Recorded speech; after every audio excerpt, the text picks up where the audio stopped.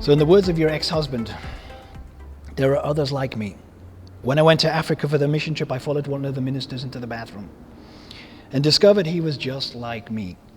Married with children, his wife knows, and he told me I should tell you. His wife is fine with it. He even buys him condoms.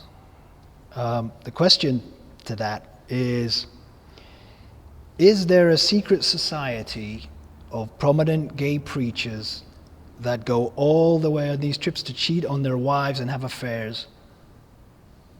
Is this a real thing? Yes, it is a real thing.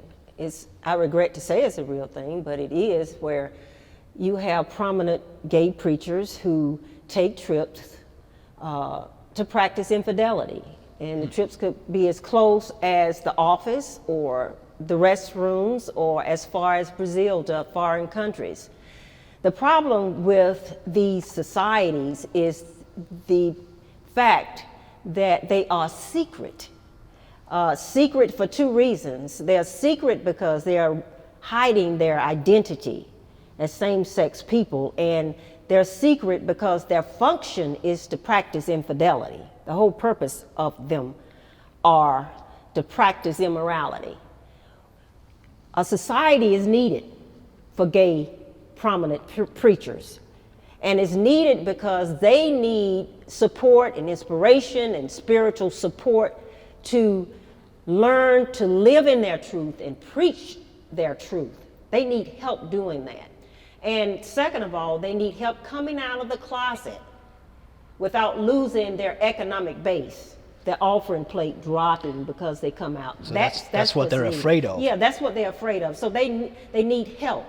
And mind you that, the reason they're closeted is because of the persecution of church and society against same-sex people. That's why it's a secret society in the first place. Right. But you have to set that aside. I mean, every movement, the civil rights movement, was founded by people who were persecuted. Okay, LGBTQ, you're persecuted. You have to come out of the closet when you're persecuted. Otherwise, you cannot deal with social injustice. You have to stand up to it. You have to fight against it. You have to create some kind of revolution so that you can be free to practice your own liberty. Right. Do you think they're too afraid to do that at the moment? Of course they're too afraid. And you know why they're afraid? They're not willing to accept the consequence of what that might mean.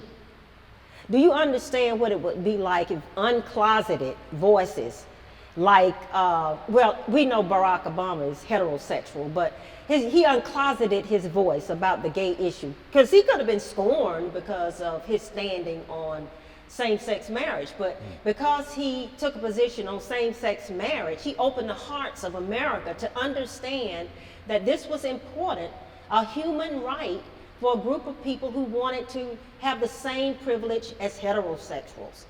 And suppose prominent preachers would open their closeted voices. To name a few top name theologians and top named preachers, maybe T.D. Jakes, who would be uncloseted in their voice and speak on behalf of this community. Right. How many souls they could set free, how many lives they could save. Why do you think that they are too afraid to speak up? Why are they too afraid to stand up? It's an economic issue. Do you know how many people would leave the church? Yeah. How many people That's would true. leave the Potter House if T.D. Jakes got up and spoke on behalf of same-sex people?